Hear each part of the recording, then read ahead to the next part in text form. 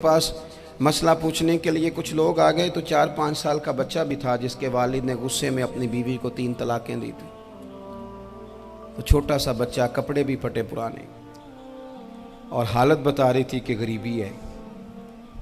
तो जब मैंने मसला बताया कि 3 तलाकें हो गई हैं तो वापस जाने लगे, तो बच्चा मुझसे कहता है, देहाती आदमी तो कहने लगा, मौलवी साहब मेरी अम्मा ते नानी कहनी असन पूछ के आई आप कि हुण असीं लहदा ही रहना है। तो उस बच्चे की नौनिहाल की वो कैफियत देखी तो मैं रो पड़ा। मैंने कहा यार, ये बच्चा बेचारा माँ बाप के होते हुए ये यतीमों जैसी ज़िंदगी गुजारेगा क्योंकि बाप ने तलाक दे दी। किस तरह मसाइल नहीं बताए लोगों को, तालीम से आगाही नहीं किया। और इसमें बहुत बड़ा जुल्म है उन लोगों का भी जो जनाजे पे खड़े होके तो कह देते हैं, मेरी तरह के लोग, अच्छे उलमा की बात नहीं करता, वो कह देते हैं देखो जिन लोगों को जनाजा नहीं आता, भैया आपने किस दिन इशा के बाद क्लास लगाई थी जनाजा सिखाने की? ये तो आपने कह दिया लोगों को कुरान जी ठीक नहीं आता। तो यहाँ तो बेचारी बीबियाँ जिनको सही पढ़ना नहीं आता वो मिशन बना लेती हैं कि मैंने इतने 100 को कुरान पाक पढ़ाना है, बेवा हो गई हूँ, तलाक याफ्ता हो गई हूँ, सारी ज़िंदगी कुरान पढ़ाऊँगी। हम क्यों ये मिशन नहीं बनाते, क्यों इस तरफ सफ़र नहीं करते? एक तो दीनी मालूमात में, दीनी उलूम में अपने आप को लगाएं और ज़ौक़ पैदा करें कि जो चीज़ें मुझे नहीं आती मैंने वो सीखनी है, जो मामलात मुझे नहीं आते मैंने उनकी तरफ सफ़र करना है। एक तो अपना ये मिजाज बनाएं। और जब आप दीनी उलूम सीखते हैं तो पता है कौन सा मंज़र कायम होता है? मंज़र वो बनता है कि हज़रत अबू हुरैरा भी दीन सीखा करते थे, हज़रत अब्दुल्ला इब्ने उमर भी असहाबे सुफ़ा में रहा करते थे, हज़रत अनस बिन मालिक भी रहा करते थे। और ऐसा मंज़र बनता है कि हज़रत सैयदा खदीजतुल कुबरा रज़ी अल्लाह तआला अन्हा फरमाती हैं, सैयदा फातिमा हुजूर की गोद में बैठी होती थी और नबी पाक से बातें पूछती थी और हुजूर उन्हें बता रहे होते थे। सैयदा आयशा हुजूर से दीन की बातें पूछती। चौथा हिस्सा हमारी फ़िक़्ह के उसूल हज़रत फातिमा की, हज़रत आयशा सिद्दीक़ा की मरवियात पर मबनी है। अगर हमारी बच्चियां छोड़ दें डाइजेस्ट पढ़ना, छोड़ दें इधर उधर की मूवी देखना और वो किताब व सुन्नत पर आ जाएं, तो बहुत सारे मसाइल ऐसे हैं जो उलझने से पहले ही सुलझे हुए हों। दीनी तालीम का मिजाज और ज़ौक़। और दूसरी आयत करीमा मैंने तिलावत की, अल्लाह करीम ने कुरान मजीद में फरमाया, या अय्युहल्लज़ीना आमनू कू अनफुसकुम व अहलीकुम नारा, ऐ ईमान वालों खुद भी दोज़ख की आग से बचो और अपने घर वालों को भी बचाओ। ओ वालिद, वो माँ जो बच्चों को भूख से बचाने के लिए मेहनत करती है, उनको मायूसी से बहुत सारे माँ बाप ऐसे होते हैं जिनके पास कपड़े लेने के पैसे नहीं होते ईद पे। क्यों? अजान शुरू होगी जी, अजान सुने जी। अजीज़ भाई, जिस तरह हम अपने बच्चों को देखें, बहुत सारे माँ बाप के पास गुंजाइश नहीं होती, लेकिन इस नीयत से कि बच्चों के दिल टूट जाएंगे, ईद पे कैसे गुजारा करेंगे, मुश्किल से भी कपड़े ख़रीद के देते। इस तरह हम अपने बच्चों को भूख से, प्यास से, मायूसी से बचाते हैं। इस तरह हमारे रब ने हमारे ज़िम्मे लगाया है कि तुम अपने बच्चों को कोशिश करो दोज़ख की आग से बचाने की। हज़रत उमर फ़ारूक रज़ी अल्लाह तआला अन्हु ने अर्ज़ किया था, या रसूल अल्लाह सल्लल्लाहु तआला अलैहि वसल्लम, इस आया करीमा का माना क्या है? तो महबूब करीम अलैहिस्सलाम ने फरमाया, उमर, जिन चीज़ों का अल्लाह तुम्हें हुक्म देता है तुम अपने घर वालों को उन चीज़ों का हुक्म दो। जिन चीज़ों से रब रसूल तुम्हें मना करते हैं अपने घर वालों को उनसे रोको। अपने घर के अंदर निफाज़े दीन करने की कोशिश करो। मेरे भाई, बहुत ज़्यादा आजमाइश है हमारे घरों में, बेचैनियाँ हैं, इज़्तिराब है, बच्चों में सख्ती है, बहन भाई एक दूसरे के साथ लड़ते हैं, मिजाजों में तलखी आ गई। क्यों भला? इसलिए कि माँ बाप को जो बेहतरीन किरदार और जो हसीन तरीका घर में अपनाना चाहिए था, बच्चे तकरीर बाहर से सुनते हैं लेकिन वो फॉलो अपने माँ बाप को करते हैं। अगर माँ बाप में हौसला हो, सब्र हो, इत्मीनान हो, खुददारी हो, थोड़े पर गुजारा करने का मिजाज हो। देखें ना, आज डिप्रेशन है, टेंशन है, पैनिक्स अटैक्स हैं, बड़ी सारी चीज़ें आ गई हैं। क्यों भला? सब्र नहीं, तहम्मुल नहीं, बुर्दबारी नहीं। आजमाए। एक दिन एक बच्चा मेरे पास आ गया मदरसे का और आके वो रोने लगा। मेरे घर वाले कहने लगे खाना छोड़ दें, पहले इसकी बात सुन ले। मैंने कहा पुत्र क्या हुआ, किसी ने मारा है किसी उस्ताद ने? कहने लगे नहीं हजरत, घर फ़ोन किया था तो मेरी अम्मा और अब्बा की लड़ाई हो रही है। बच्चा कांप रहा है, टांगे कांप रही हैं। मैंने कहा क्या हो क्या गया तुम्हें पुत्र, लड़ाई हो रही है तो घरों में हो ही जाती है। कहने लगे नहीं आपको पता नहीं, वो बड़ा सख्त लड़ते हैं। मेरे वालिद जब मेरी वालदा को मारने के लिए आगे बढ़ते हैं तो हम सारे चारपाइयों के नीचे छुप जाते हैं, हमें खौफ आता है, वो मंजर खतरनाक होता है। ये कौन तकलीफ़ दे रहा है अपने बच्चों को? यहाँ बैठे हमारे यहाँ मीलों दूर रहते थे उसके घर वाले, तो वो तकलीफ़ में था, तो घर में क्या कैफियत होगी?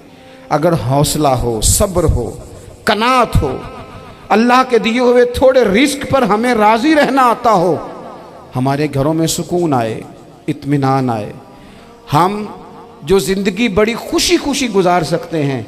हमारे मिजाजों का लालच, हमारी तबीयतों की बेराह रवी, हमारी झूठी अना का बुत, उन सारी चीज़ों को ख़त्म कर देता है। अपनी ज़िंदगी के अंदर अगर हम वो किरदार अपने बच्चों को दें, जिस किरदार में मोबाइल भी हो, जिसमें गाड़ी भी हो, जिसमें पैसे भी ला के अब्बा दराज में रखता हो, लेकिन वालिद का घर में मुसल्ला भी मौजूद हो, उसकी कोई तस्वीर भी हो, वो ये भी कहता हो कि खुदा ने अपने फजल से आज 5,000 दिया है तो इसमें 1,000 गरीबों का भी है, इसमें थोड़ा सा मैंने अल्लाह की रिज़ा के लिए भी रखा है। अगर कोई मुश्किल आ जाए तो वो बाप और माँ को सब्र करता हुआ देखते हो। अगर एक बाप कर बात करे तो दूसरा बर्दाश्त करता हो। खुदारा अपनी औलादों को इस अजियत का शिकार न करो।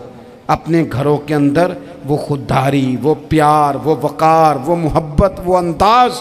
आप थके हुए हैं, कोई शक नहीं, आप बहुत सारे मसाइल का बाहर शिकार होंगे, कोई शक नहीं, लेकिन आप बाहर से थक के आए हैं। और अगर आप बाहर अपनी फैक्ट्री के मालिक हैं और दफ्तर के बड़े हैं तो घर में भी तो आप बड़े हैं ना।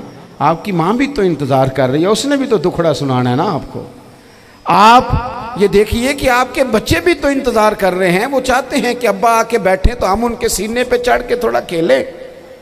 आपकी अहलिया मुंतज़िर हैं। कुछ बातें बीवी किसी और से नहीं कह सकती, सिर्फ अपने शौहर से कहती है, लेकिन वो तो आते ही जलाल में आ गए साहब। वो कहने लगे तू बड़ी नालायक है, मैं थका मांदा आया हूं और तूने मुझे कहानी सुना दी है। वो उस खातून से शिद्दत के साथ पेश आने लगे। मेरे रसूल पाक की हयात नूर को देखो, हज़रत उम्मे ऐमन हुज़ूर की रज़ाई वालदा हैं, उनकी भी खिदमत हो रही है। हज़रत हलीमा सादी आ रही हैं तो खिदमत हो रही है। हज़रत अब्बास हुज़ूर के चचा हैं तो करीम फरमाते हैं मेरे चचा हैं बाप की जगह पे। हुज़ूर दोस्त अहबाब सहाबा ग़ुलामों सब के साथ प्यार कर रहे हैं। 9 अज़वाज मुतहरात हैं घर के अंदर। और कैफियत ये है कि हुज़ूर सिर्फ उनकी ज़रूरतों का ही ख्याल नहीं करते, ख्वाहिशात का ही ख्याल नहीं करते, बल्कि मेरे करीम का तरीका ये है कि कोई बंदा आज बोल क्या रहा है, वो कहाँ खड़ा है, आज उसके जुमले किस तरह के हैं, उसका लहजा किस तरह का हो गया है और उसे ठीक कैसे करना है। महबूब इसका ख्याल फरमाते, तवज्जो करते। मैं कहता हूँ कि हम सबको शौक़ आया है आराम करने का। मैं सुबह 11 बजे से पहले अपने घर से निकल आया था और ये वक्त आ गया है और रात को खुदा जाने किस वक़्त घर पहुँचना है। कई दफ़ा कैफियत ये होती है कि गाड़ी से उतरते हैं तो फिर दिल करता है कि कोई उठा के चलाए ना कभी। इसके बावजूद बहुत सारे लोग नाराज़ रहते हैं कि हमसे मिल के नहीं गए, फ़ोटो नहीं खिंचवा के गए, फलानी जगह चाय नहीं पी के गए। ये तसलसल है। लेकिन मैं जितना मर्ज़ी थका मांदा घर जाऊँगा ना, कभी ऐसा नहीं हुआ कि मैं घर जाऊँ तो बड़ी टेंशन में जाऊँ। मेरी घर वाली एक दिन मुझसे कहने लगी आपने कभी नहीं कहा कि मैं थका हुआ आया, बंदा थक भी तो जाता ही है ना, कभी कहाँ करे ना।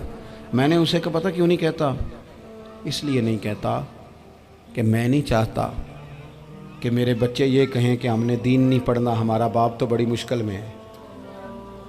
हम अपने काम के बारे में अपने घर में शिकवे करते हैं। आप किसी बच्चे से पूछ लें कौन सा काम करना है, कहता जो अब्बा जी कर दे रहे वो नहीं करना। क्यों कि अब्बा जी हर रोज़ तो कहते हैं मैं बड़ा उलझ गया हूँ, ये काम बड़ा मुश्किल है। मैं चाहता हूँ कि मैं अपने बच्चों को ये बताऊँ कि पुत्र मैं तो जिधर जाता हूँ फूल ही फूल हैं। मैं तो जिधर से गुज़रता हूँ मोहब्बत ही मोहब्बत है, मैं तो जिधर से देखता हूँ दुआएं ही मिलती हैं, ताकि उनका शौक़ पैदा हो। मेरे अजीज़, आप थोड़ा सा दिल बड़ा करें।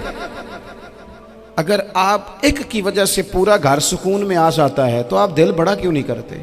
जगह ढूंढते हैं बस मुझे कोई तंग ना करे, कोई मेरी बाप माँ बदौलत को कोई परेशान ना करे। बुखारी शरीफ सुनिए, हज़रत आयशा सिद्दीक़ा रदी अल्लाह ताला अन्हा बैठी हैं। हुजूर फरमाने लगे, आयशा आज एक बात ना बताऊं तुम्हें? या रसूलल्लाह बताइए। हुजूर फरमाने लगे, जब तुम मुझसे नाराज़ होती हो तब भी मुझे पता चल जाता है, और जब राज़ी होती हो फिर भी पता चल जाता है। तो हज़रत सैयदा आयशा सिद्दीक़ा बात सुन के बड़ी खुश हुई। या रसूलल्लाह वो कैसे?